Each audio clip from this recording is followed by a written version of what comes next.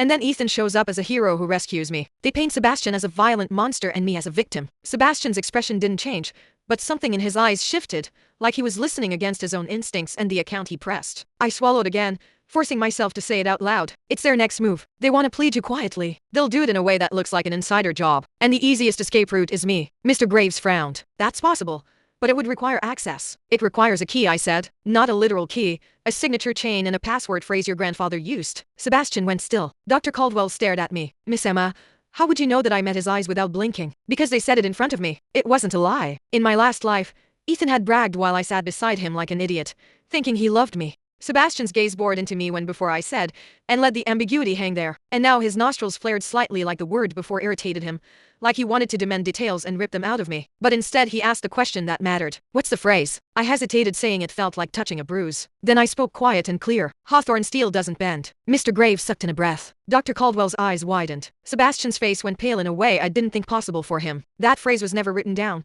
he said slowly. My grandfather only ever said it to family. I could feel every gaze in the room turn toward me, servants, guards, lawyer, doctor, everyone. Sebastian took one step closer. Emma, he said, voice dangerous and low. Tell me right now how you know that my heart hammered so hard it hurt. This was the moment in the stories. This was where the reborn heroine would confess everything and be believed immediately. Real life didn't work like that. So I did the only thing I could do. I chose truth. Just not the whole truth. Because I've heard things I wasn't supposed to hear. I said, because Celeste isn't my sister in any way that matters. She doesn't love me and Ethan never loved me. They love what they can take. Sebastian's eyes didn't soften, but they didn't harden either. He exhaled through his nose like he was trying not to lose control. Noah, he said. Yes, sir. Pull the security footage from tonight. Every angle, every audio feed. I want Celeste's face, her words, everything. Then send a copy to Mr. Graves. Mr. Graves nodded quickly. Of course. Sebastian didn't look away from me and you.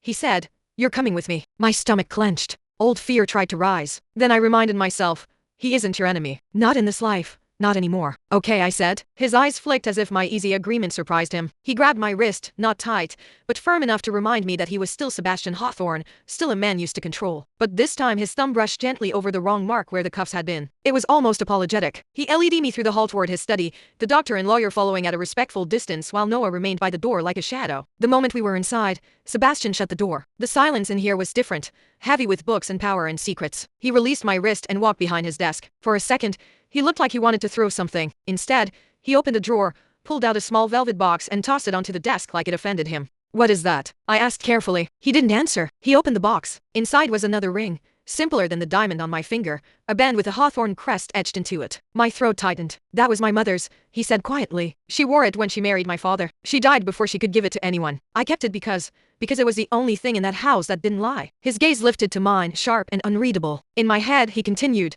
voice low. I've asked myself 1,000 times why you did what you did. Why you looked at me like I was dirt and then smiled at him like he was sunlight. Why you fought me over everything, even when I gave you everything. My chest ached. He leaned forward, palms flat on the desk. So tell me, he said, why the sudden change? Why tonight? Why now? Because you died, I thought. Because I watched you bleed, still trying to shield me from the men I chose over you. Because I woke up screaming and the first name on my lips wasn't Ethan's, it was yours.